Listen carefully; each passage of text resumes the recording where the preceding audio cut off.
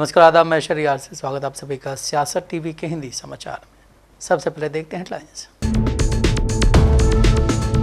बंगाल में लगे राष्ट्रपति शासन याचिका पर बोला सुप्रीम कोर्ट का हम पर लग रहे हैं कार्यपालिका के अधिकार क्षेत्र में अतिक्रमण के आरोप। रामबन में आए अचानक बाढ़, जम्मू कश्मीर के सीएम उमर अब्दुल्ला और एलजी सिन्हा ने बारिश से हुई मौत पर जताया दुख। संबित पात्रा का बड़ा बयान, कहा पॉलिटिकली अनफिट है राहुल गांधी, विदेशी धरती पर देश का अपमान करना पुरानी आदत। उद्धव राज ठाकरे अगर साथ आए तो कितनी बदल जाएगी महाराष्ट्र की सियासत। दिल्ली में इस बार मेयर चुनाव नहीं लड़ेगी आप, एमसीडी चुनाव में लड़ाई से पहले ही आपने छोड़ दिया मैदान। पोप फ्रांसिस का 88 साल की उम्र में निधन, वेटिकन सिटी में लिया आखिरी सांस। अब समाचार विस्तार से। पश्चिम बंगाल के मुर्शिदाबाद में जारी हिंसा और सुप्रीम कोर्ट पर हो रही बयानबाजी के बीच पश्चिम बंगाल में राष्ट्रपति शासन की मांग वाली याचिका पर सुनवाई हुई। इस याचिका पर सुनवाई की मांग वकील विष्णु शंकर जैन ने सुप्रीम कोर्ट से की थी। जस्टिस BR गवई ने आज कहा कि सुप्रीम कोर्ट पर कार्यपालिका के अधिकार क्षेत्र में अतिक्रमण करने के आरोप लग रहे हैं और उनसे राष्ट्रपति के दखल का आदेश देने के लिए कहा जा रहा है। विष्णु ने कहा कि याचिका में एक आवेदन दाखिल करने की मंजूरी दें। सुप्रीम कोर्ट ने कहा कि ठीक है। दूसरी याचिका वकील शशांक शेखर झा की ओर से दायर की गई है। याचिका के जरिए मुर्शिदाबाद हिंसा की जांच के लिए सुप्रीम कोर्ट की निगरानी में SIT के गठन की मांग की गई है। इस मामले में सुप्रीम कोर्ट में सुनवाई चल रही। वक्फ एक्ट के खिलाफ पिछले दिनों पश्चिम बंगाल के मुर्शिदाबाद में जमकर विरोध प्रदर्शन किया गया था। इस दौरान वहां पर हिंसा भड़क उठी, जिसमें 3 लोगों की मौत हो गई। भाजपा सांसद निशिकांत दुबे ने बीते दिन कहा था कि देश में जितने भी गृह युद्ध हो रहे हैं उसके लिए सुप्रीम कोर्ट और CJI संजीव खन्ना जिम्मेदार है। इस मामले पर विपक्ष भाजपा पर हमलावर है, तो वहीं पार्टी ने अपने सांसद के इस बयान से कन्नी काट ली है। ऐसे में ये बयान सुप्रीम कोर्ट में सुनवाई के दौरान भी चर्चा में रहा। कोर्ट ने कहा कि हम पर आरोप लग रहे हैं कि आप चाहते हैं कि हम देश के राष्ट्रपति को आदेश जारी करें। देश के प्रधानमंत्री नरेंद्र मोदी ने विज्ञान भवन में 17th सिविल सेवा दिवस समारोह में शिरकत की। इस मौके पर PM मोदी ने लोक सेवकों को संबोधित करते हुए कहा है कि मैं सिविल सेवा दिवस पर अपनी शुभकामनाएं देता हूं। इस साल का सिविल सेवा दिवस कई वजहों से बहुत खास है। इस साल हम अपने संविधान की 75वीं वर्षगांठ मना रहे हैं। ये सरदार वल्लभ भाई पटेल की 150वीं जयंती का भी साल है। मैं बात करता हूं तब, और देश जब सोचता है तब हर किसी की नजर आप पर है, भरोसा आप पर है। बहुत बड़ा दायित्व आप सब मेरे साथियों पर है। आपको जल्द से जल्द भारत को दुनिया की तीसरी सबसे बड़ी इकोनॉमी भी बनाना है।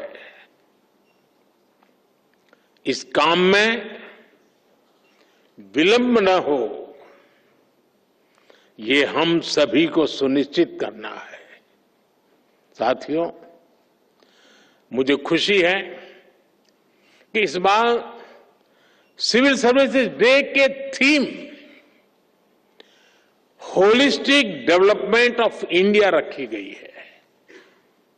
ये सिर्फ एक थीम नहीं है, ये हमारा कमिटमेंट है। देश की जनता से हमारा वादा है। जम्मू कश्मीर के उपराज्यपाल मनोज सिन्हा और मुख्यमंत्री उमर अब्दुल्ला ने रामबन जिले में लगातार बारिश की वजह से आई बाढ़ की वजह से 3 लोगों की मौत पर दुख व्यक्त किया है, जबकि डिप्टी CM सुरेंद्र चौधरी स्थिति का जायजा लेने के लिए प्रभावित इलाकों का दौरा कर रहे हैं। नेशनल कॉन्फ्रेंस के अध्यक्ष फारूक अब्दुल्ला ने कहा है कि उनकी पार्टी की सरकार प्रभावित परिवारों को पर्याप्त राहत प्रदान करने के लिए केंद्र से वित्तीय सहायता का अनुरोध करेगी। फिलहाल मैं लोगों को ये यकीन दिलाना चाहता हूं कि किसी चीज की अभी कमी नहीं है। होर्डिंग की कोई जरूरत नहीं है, ना यहाँ पे किसी को ब्लैक मार्केटिंग करनी चाहिए। हुकूमत को, अफसरों को वाजिया हिदायत दी गई है कि जहां पे भी ब्लैक मार्केटिंग हो, जहां पे भी अननेसेसरी जो है कीमतें बढ़ाई जा रही हैं वहां सख्त पाबंदी जो सख्त कार्रवाई की जानी चाहिए। इसमें पुलिस को शामिल करके उनके खिलाफ केस की जानी चाहिए और अगर कहीं पे गिरफ्तारी जरूरी पड़े तो उनको गिरफ्तार करना चाहिए। अगर कहीं पे भी, मैं आप सबके जरिए लोगों को ये कहना चाहता हूं, अगर कहीं पे भी ब्लैक मार्केटिंग की शिकायत आ रही है, मेहरबानी करके हुकूमत तक वो शिकायत पहुंचाइए ताकि हम उनके खिलाफ कार्रवाई करें। श्रीनगर जम्मू का हाईवे बंद है, मुगल रोड फिलहाल खुला है। महाराष्ट्र के नासिक जिले के पतालुका स्थित एक गांव से एक दर्दनाक वीडियो सामने आया जहां महिलाएं रोज 2 किलोमीटर पैदल चलकर गहरे कुएं में उतरकर पानी निकालने को मजबूर हैं। आम आदमी पार्टी ने इस वीडियो को सोशल मीडिया पर शेयर कर देवेंद्र फडणवीस की ट्रिपल इंजन सरकार पर सीधा हमला बोला है। आपने वीडियो शेयर करते हुए लिखा है कि जनता बदहाल है। पार्टी ने दावा किया कि केंद्र सरकार के आंकड़ों में दिखाया गया है कि नासिक जिले के 92.8% घरों में नल से जल पहुंचाया जा चुका है, लेकिन ये वीडियो हकीकत को उजागर कर रहा है। वीडियो में एक महिला दिख रही है जो बिना किसी सुरक्षा के गहरे कुएं में उतरती है और बाल्टी से पानी भरती है। ऊपर खड़ी दूसरी महिलाएं अपने घड़े के लिए बारी का इंतजार कर रही हैं। गांव की महिलाओं को रोज सुबह सूरज चढ़ने से पहले ही निकलना पड़ता है क्योंकि तेज धूप में 2 किलोमीटर की दूरी तय कर पाना और पानी ला पाना मुश्किल हो जाता है। ये पानी भी ना तो पूरी तरह साफ है और न ही पर्याप्त। आपका कहना है कि वीडियो बताता है कि जमीन पर हालात कितने गंभीर है और सरकार की घोषणाएं सिर्फ आंकड़ों में दिखती हैं। आम लोगों को राहत देने के लिए सिर्फ जुमले और घोषणाएं सामने आ रही हैं। आपने ये भी पूछा कि जब महिलाएं इस तरह जान जोखिम में डालकर पानी ला रही हैं तो सरकार की योजनाएं कहाँ हैं? अगर हर घर नल से जल योजना का प्रचार इतना हुआ है तो इस गांव तक क्यों नहीं पहुंचा? स्थानीय प्रशासन को चाहिए कि वो इस गंभीर समस्या का समाधान जल्दी करे। पानी जैसी बुनियादी जरूरत के लिए लोगों को कुएं में उतरने पर मजबूर होना किसी भी सरकार के लिए शर्म की बात है। बीजेपी प्रवक्ता समित पात्रा ने राहुल गांधी के चुनाव आयोग वाले बयान पर पलटवार करते हुए कहा है कि वो विदेशी भूमि में जाकर वही करते हैं जो कई दशकों से करते आ रहे हैं। उन्होंने कहा कि कांग्रेस के तमाम बड़े नेता देश भर में मां बेटे को बचाने के लिए प्रेस कॉन्फ्रेंस करेंगे। उन्होंने कहा है कि चोर मचाए शोर, इनको जेल जाना पड़ेगा क्योंकि इन्होंने भ्रष्टाचार किया है। राहुल गांधी ने अमेरिका में भारत और चुनाव आयोग को बदनाम करने की कोशिश की है। सभी जानते हैं कि 2018 में जब मां बेटे को नेशनल हेराल्ड की केस में बेल मिला था, 50,000 रुपए की श्योरिटी पर दोनों को बेल मिला था। और जब यह बेल मिला था उस समय एक जश्न भ्रष्टाचार बैंड बाजा के साथ मां बेटे बेल पाकर कोर्ट से अपने ऑफिस तक गए थे। तो उस समय भी हमने कहा था this is nothing but celebration of corruption, यह भ्रष्टाचार का जश्न है। और आज भी ब्लेटेंट जश्न मनाने की कोशिश कांग्रेस पार्टी कर रही है। मैं एजेएल के पूरे डिटेल में नहीं जाने वाला हूं क्योंकि एजेएल और नेशनल हेराल्ड के केस को आप जानते हैं। हम लगभग अनेकों वर्षों से इसको लोकतांत्रिक तरीके से जनता के सामने रख रहे हैं कि किस प्रकार से मां और बेटे सोनिया गांधी और राहुल गांधी जी ने यंग इंडिया नामक एक कंपनी बनाई जिसके कि 76% के दोनों स्टेक होल्डर थे। और 76% के स्टेक होल्डर होने के बाद नकली कंपनी से लोन लेकर 1 करोड़ का डोटेक्स इंडिया से लोन लेकर मात्र 50 लाख रुपए दिया एजेएल को, जो कि होल्डिंग कंपनी है नेशनल हेराल्ड की, और 50,000 के एवज में 5,000 करोड़ की जो प्रॉपर्टी है एजेएल की पूरे देश भर में, उसका मालिकाना हक अपने पास ले लिया। शांति भूषण, मार्कंडेय, काटजू जैसे शेयर होल्डर को इससे दूर रखा गया, उन्होंने भी आपत्ति की। वहीं अमेरिका के बोस्टन में लोकसभा नेता राहुल गांधी के बयान पर कांग्रेस नेता प्रमोद तिवारी ने कहा है कि भाजपा या चुनाव आयोग खुद में सुधार क्यों नहीं करता। राहुल गांधी ने अपने अध्ययन भाषण में जो कहा उसमें उन्होंने तथ्य दिए हैं, लेकिन क्या ये तथ्य अमेरिका में ज्ञात नहीं है। जब तक इस देश का चुनाव आयोग निष्पक्ष, स्वतंत्र या किसी भी दबाव से मुक्त नहीं होगा तब तक लोकतंत्र कैसे जीवित रहेगा। बीजेपी अपने को सुधारती क्यों नहीं, निर्वाचन आयोग को क्यों नहीं सुधारती, इलेक्शन कमीशन को क्यों नहीं सुधारती। इस देश में हम सबसे बड़े एक लोकतंत्र के रूप में हैं। वहां राहुल गांधी जी ने चलिए अपने अध्ययन भाषण के दौरान जो एक उन्होंने वहां लेक्चर डिलीवर किया है उसमें फैक्ट्स दिए हैं, वो अपनी जगह पर। क्या ये फैक्ट्स अमेरिका में नोन नहीं, सब जानते। वहां के सारे चैनल्स, वहां के सारे जो इस तरह यहाँ जैसा प्रतिबंध तो है नहीं, वो पहले भी उठ चुका है मामला। तो कोई राहुल जी ने जो बात कही है उसमें जो सच्चाई है उसको क्यों नहीं एड्रेस करते? जो उन्होंने तथ्य रखे हैं कि जितने वोट बढ़े हैं, मतलब थोड़े बहुत वोट नहीं बढ़े, 48-49 लाख वोट बढ़े। महाराष्ट्र की सियासत में शिवसेना यूबीटी के प्रमुख उद्धव ठाकरे और उनके चचेरे भाई एमएनएस प्रमुख राज ठाकरे के बीच 16 समझौते की पटकथा लिखी जा रही है। राज ठाकरे ने एक पॉडकास्ट में उद्धव के साथ फिर से जोड़ने की इच्छा जताई तो उद्धव खेमा ने भी अपनी दोनों बाहें फैला दी। शिवसेना के मुखपत्र सामना संपादकीय में लिखा गया है कि राज और उद्धव एक साथ आने को तैयार हैं। ऐसे में सवाल उठता है कि अगर ठाकरे बंधु आपसी गिले शिकवे भुलाकर एक साथ आते हैं तो महाराष्ट्र की राजनीति कितनी बदल जाएगी? क्या कहना चाहिए? नहीं, दोनों भाई मिलना चाहते हैं, दोनों पार्टियां एक साथ जाना चाहती हैं, तो इसके लिए हमारे पेट में कोई दर्द नहीं। अब उनको तय करना है। आज उद्धव ठाकरे जी और उनकी पार्टी के हालात ये हैं कि कभी वो चुनाव जीतने के लिए कांग्रेस से गठबंधन करते हैं, इतने कमजोर हो गए कि फिर वो मुस्लिम वोटों के साथ समझौता करते हैं, इतने कमजोर हो गए हैं। आज इतने कमजोर हो गए हैं, उनको मनसे के साथ हाथ मिलाने के लिए प्रस्ताव देना पड़ रहा है। तो अब मनसे वालों को तय करना, राज ठाकरे को तय करना है कि जो उद्धव ठाकरे जनाब उद्धव ठाकरे हो चुके हैं और जिन्होंने अपनी पार्टी को मुस्लिम लीग बना दिया है, क्या उस मुस्लिम लीग के साथ इनको जाना है? ये हमारा एक सवाल है और इस सवाल का जवाब उनको देना पड़ेगा। आज हालात यह हैं कि उद्धव ठाकरे जी वक्फ कानूनों के खिलाफ पार्लियामेंट और उसके बाहर बोलने के लिए अपने तमाम सांसदों के ऊपर 5-5 बार फोन करते हैं और उन पर दबाव डालते हैं कि सब लोग मिलकर के विरोध करो। ऐसे उद्धव ठाकरे जी जो महाराष्ट्र हित के नाम पे वक्फ कानूनों के खिलाफ पूरा आंदोलन छेड़ते हैं, ऐसे उद्धव ठाकरे के साथ जाना है क्या राज ठाकरे को? ये राज ठाकरे को तय करना पड़ेगा। सेंसर बोर्ड की तरफ से फिल्म फूले में किए गए बदलाव पर एनसीपी नेता जितेंद्र अहलावत ने कहा है कि सेंसर बोर्ड ब्राह्मणवादी मानसिकता का है। मैं उन दृश्यों के नाम बता सकता हूं जिन्हें उन्होंने फिल्म से काटने को कहा है। वो इतिहास से क्यों डरते हैं? उन्हें दिखाना चाहिए कि क्या सही है क्या गलत है। उन्होंने ये कहा कि हमको 5000 साल का इतिहास है हमारे पीछे। ये इतिहास नरक यातना का इतिहास है, ये इतिहास काला इतिहास है। उस इतिहास में हर पन्ने पे भेदभाव है, हर पन्ने पे ऊंच नीच का भाव है। उसमें उस पन्ने पे ही मनुस्मृति है, उस पन्ने पे ही क्षुद्र अति क्षुद्र और बहुजनों को मारने का इतिहास है। वो जिंदा थे लेकिन मुर्दे के बराबर था, उनको जीने का कोई अधिकार नहीं था। जिस दुनिया में हम रहते थे उस दुनिया में अगर हमें जीने का अधिकार नहीं था तो कौन सी जिंदगी हम जी रहे थे? ये तो बाबा साहब आए, संविधान आया तो सब बदल गया। नहीं तो 5000 साल का इतिहास हमको पढ़ने नहीं मिलता था, हमको स्कूल में नहीं जाने के लिए कोई मंजूरी थी। आम आदमी पार्टी ने मेयर के चुनाव को लेकर बड़ा ऐलान किया है। पार्टी ने कहा है कि इस बार वो मेयर का चुनाव नहीं लड़ेगी। दिल्ली की पूर्व सीएम आतिशी ने कहा है कि बीजेपी जहां जहां चुनाव हारती है वहां साम दाम दंड भेद अपना कर सरकारें बनाती है। दूसरी पार्टियों को तोड़कर बीजेपी सरकार बनाती है। एमसीडी चुनाव को गुजरात चुनाव के साथ कराया गया लेकिन उनकी कोई कोशिश सफल नहीं हुई। पिछले 2.5 साल से आम आदमी पार्टी के पार्षदों को बीजेपी तोड़ कर ले गई है। हम किसी भी विधायक या पार्षद को खरीदने बेचने में यकीन नहीं करते हैं।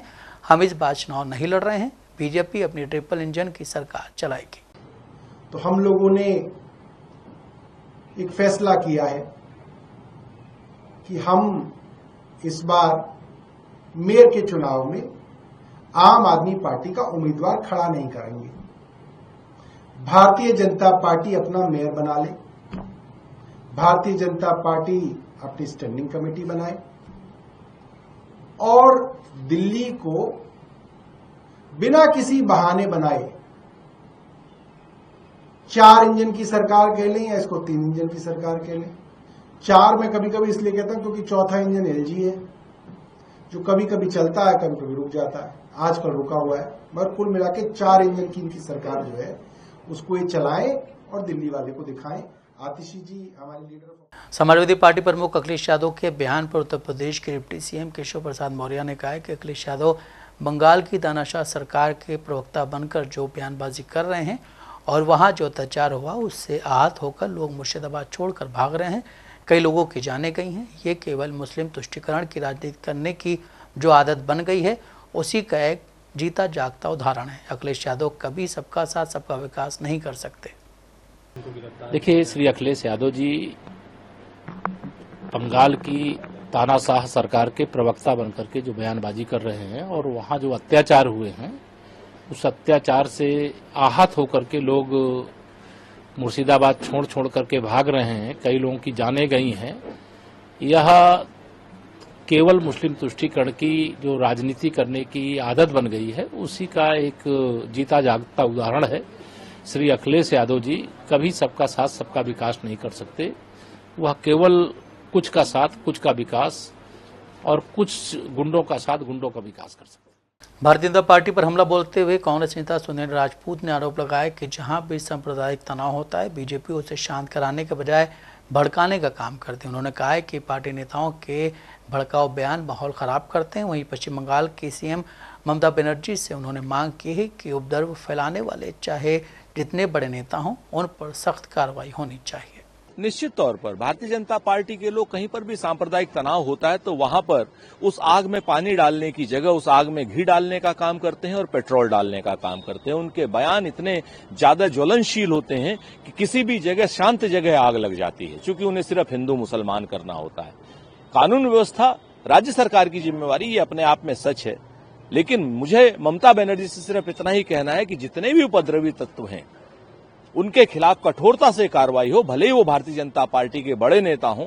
2-4 बड़े नेताओं के खिलाफ जिन लोगों ने इस आग में जो है पेट्रोल डालने का काम किया है उनके खिलाफ कठोरता से कार्रवाई की जाएगी तो अपने आप मुर्शिदाबाद शांत हो जाएगा। निश्चित तौर पर श्री अखिलेश यादव ने बिल्कुल स्पष्ट रूप से कहा है, हम उनसे सहमत हैं, क्योंकि हमारे धर्म का कुंभ, हमारी आस्था का कुंभ, हमारे समाज का कुंभ को इन लोगों ने राजनीतिक कुंभ बनाने की बात करी।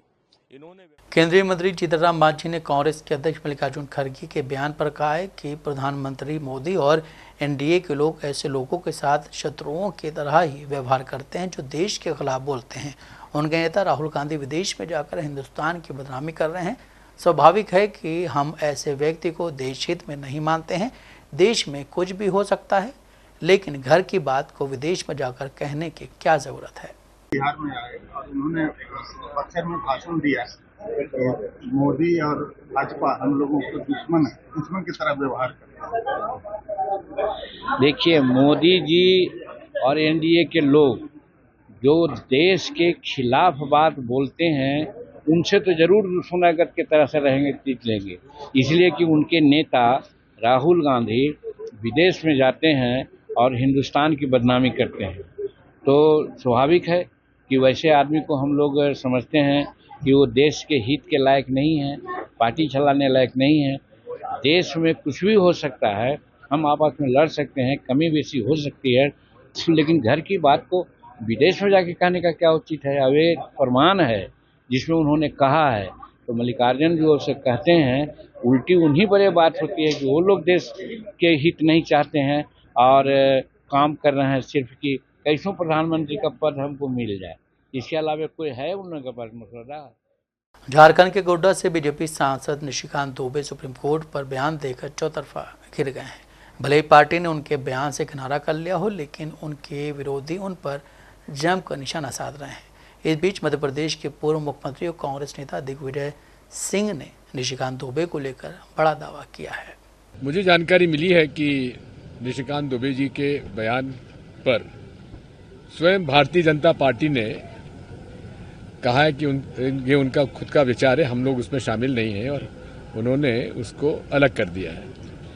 यदि कोई भी भाजपा का नेता और उनका सांसद चुना हुआ वो अगर सुप्रीम कोर्ट पर माननीय उच्चतम न्यायालय के सीजेआई पर इस प्रकार का यदि कोई बयान देते हैं तो भारतीय जनता पार्टी यदि ईमानदार है तो उसे तत्काल निलंबित कर देना चाहिए, बर्खास्त कर देना चाहिए।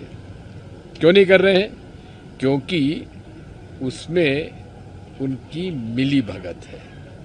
वो चाहते थे कि वो कोई ना कोई ऐसी बात कर दे जिससे कि सुप्रीम कोर्ट भी डर जाए। लेकिन मैं तो निवेदन करूंगा माननीय उच्चतम न्यायालय पर, क्या ये कंटेम्प्ट नहीं बनता?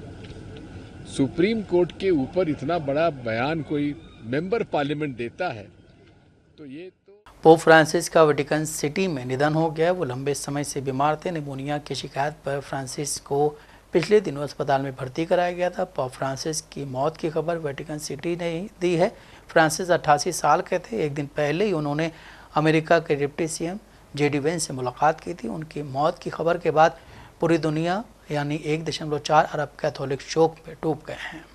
पोप फ्रांसिस पिछले एक हफ्ते से ब्रोंकाइटिस से पीड़ित थे और उन्हें शुक्रवार को अस्पताल में भर्ती कराया गया था, लेकिन उनकी हालत बिगड़ती गई क्योंकि डॉक्टरों को जटिल नैदानिक स्थिति के कारण पोप के श्वसन पथ के संक्रमण के इलाज में बदलाव करना पड़ा और फिर एक्सरे कराने पर पुष्टि हुई कि वो डबल निमोनिया से पीड़ित थे। पोप फ्रांसिस पिछले हफ्ते सेंट पीटर्स स्क्वायर में पारंपरिक रविवार की प्रार्थना और कैथोलिक चर्च के जयंती वर्ष मनाने के लिए सामूहिक प्रार्थना का नेतृत्व नहीं कर पाए थे क्योंकि उनकी तबीयत बेहद खराब थी।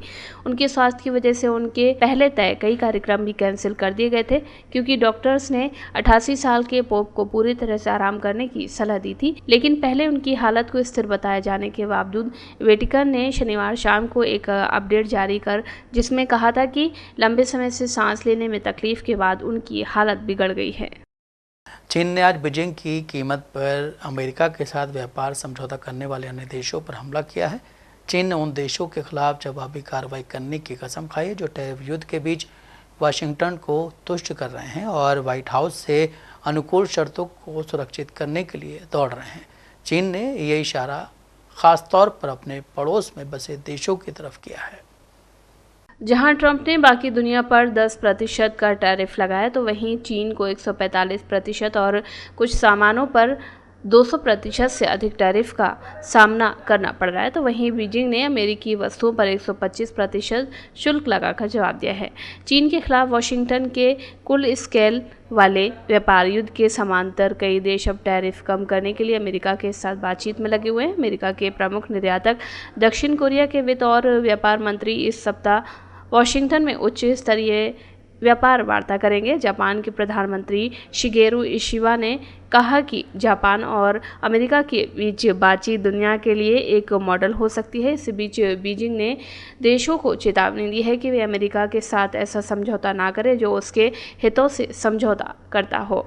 चीन के वाणिज्य मंत्रालय के एक प्रवक्ता ने एक बयान में कहा कि तुष्टीकरण से शांति नहीं आएगी और समझौते का सम्मान नहीं किया जाएगा। बीजिंग ने कहा कि दूसरों के हितों की कीमत पर अपने अस्थायी स्वार्थ की तलाश करना बाघ की खाल की तलाश करना है। हिंदी समाचार यहीं समाप्त होता है। मुझे दें इजाज़त। बाकी खबरों के लिए आप बने रहें सियासत टीवी के साथ।